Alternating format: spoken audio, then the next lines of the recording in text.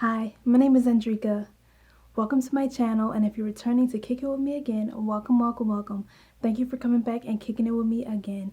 In today's video, we will be discussing hair porosity. It's pretty much a continuation of my previous video. If you have not seen my video about exactly what is hair porosity and 3 easy tests that you can do on hair porosity, I will be linking it in the cards up here, and I will put it in the description box so you can take a look at that video. But this particular video is going to be on 9 signs you have a low porosity hair.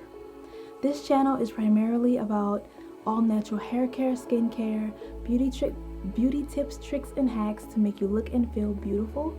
I also do a little bit of music from time to time, so if any of that interests you, please don't hesitate to hit that like button, hit that subscribe button, and hit that notification bell so you're notified whenever my new videos go up. Without further ado, let's get into the video.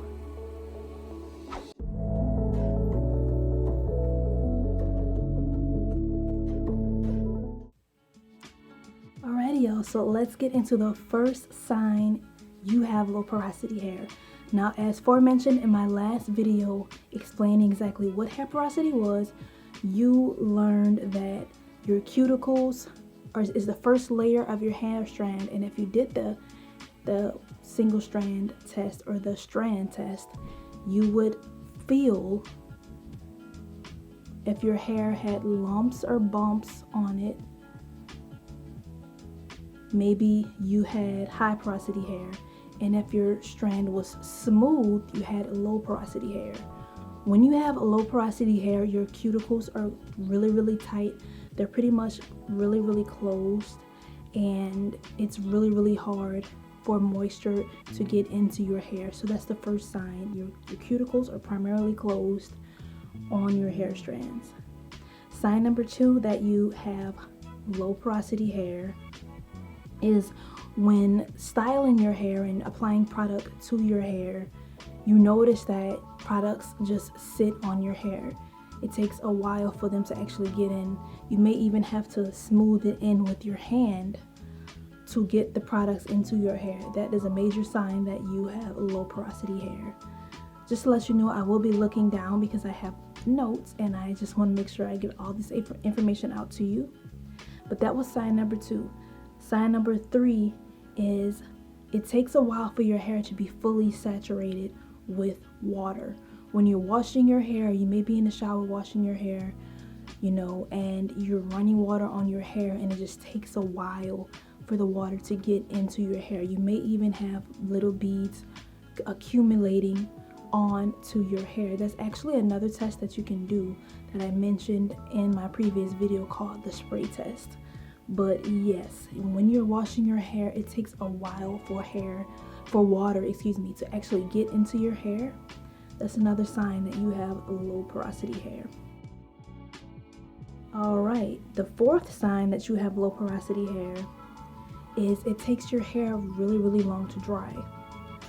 I noticed that with my hair when I'm doing any kind of rollers, set rods, anything like that, whether I'm letting it air dry or I'm under the hair dryer, it takes really long. I can try to let even when it's just twist, I can try to let my hair air dry overnight. It's never really fully dry overnight. It takes a lot longer than that.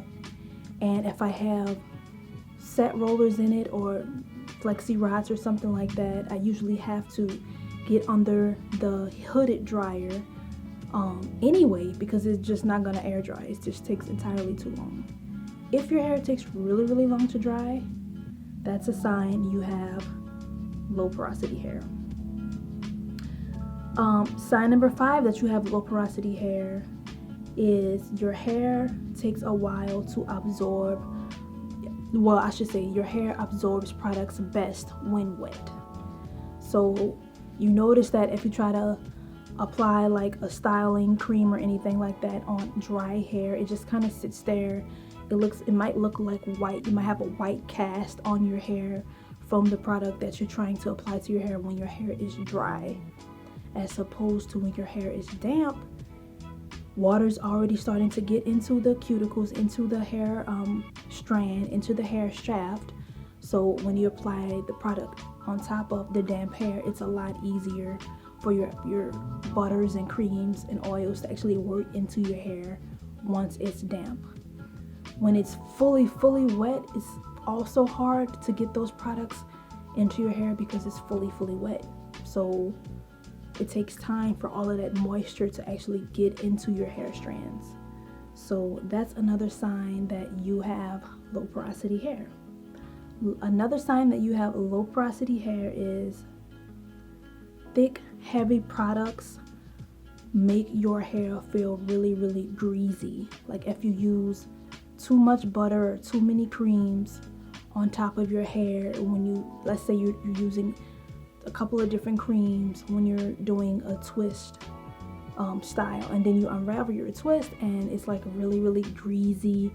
It's a lot of product on your fingers. You might like touch your scalp and like there's a chunk of product under your nail. That's because the product that you're using is entirely too thick to get into the hair shaft, and therefore it's just kind of just sitting there. Even after you fully styled it, the products aren't going anywhere, and it makes your hair really greasy. Now it depends on the formula for me of like a thicker product. Some products that are thicker I do use, like for example the Melanin Hair Care Twist Elongating Style Cream. I've used that a lot. I actually like that cream a lot, but it's also really thick. So like I try to be like light-handed when I'm applying it to my hair, because the first couple times I actually used it, I wasn't crazy about it because of that exact thing. Because on top of me having a leave-in conditioner and my oil and everything that I put into my hair already, adding the cream really made my hair like greasy, and I really didn't like the way it looked. But yeah, if your hair gets really greasy when using thick products, that's a telltale sign that you have low porosity hair. Another sign you have a low porosity hair is it takes a while for your hair to adapt color. Like, so if you're applying a color, even if it's temporary or permanent, it takes a while for your strands to actually absorb the chemical or absorb the hair coloring that you're adding to your hair. It takes a while for it to be visible on your hair strands as well. So that's another sign that you may have low porosity hair. Another sign that you have low porosity hair is you may be protein sensitive. So if you notice that you've been doing different types of hair mask and you're using egg in the mask, or you're using a shampoo or a leave-in conditioner, or both, and it's high, it has protein in it, and you notice that maybe your hair is like getting a little brittle or starting to fall out more than usual, you may be protein sensitive. I actually experienced this recently.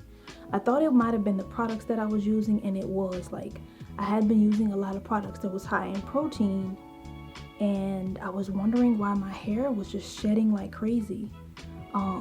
It just was like, if I can find a picture of like all of the hair that was falling out, like I'll like put it here. If I still have it in my phone, I can show you like just how much my hair was shedding, and I was just really confused as to why. And I'm like trying to backtrack and see what was I using, what styling techniques that I do that might have caused it. And now that I know my hair porosity, I'm pretty sure it was because I was just going through a protein overload. Now when you do have low porosity hair, it's good to do a protein treatment from time to time, but it's not good to do it regularly, meaning weekly. Every time you're washing your hair, you're putting more and more protein in it, or you're doing like a daily leave-in conditioner with a lot of protein in it. I wouldn't recommend that if you have low porosity hair, because it can weaken your hair and cause it to break off. Also, the density of your hair can play a part in it being sensitive as well, like combined with the protein. Like my hair is a little bit like more fine, it's not really very dense, so my hair is already fine, so adding too much protein to my hair is definitely going to break it off. But if you have hair that's a little bit more dense, a little bit more thick, your hair may be able to withstand a little bit more protein. So it varies from person to person and from, you know, hair texture and all of that from person to person, but these are just telltale signs to keep in mind so you know what kind of hair porosity you have.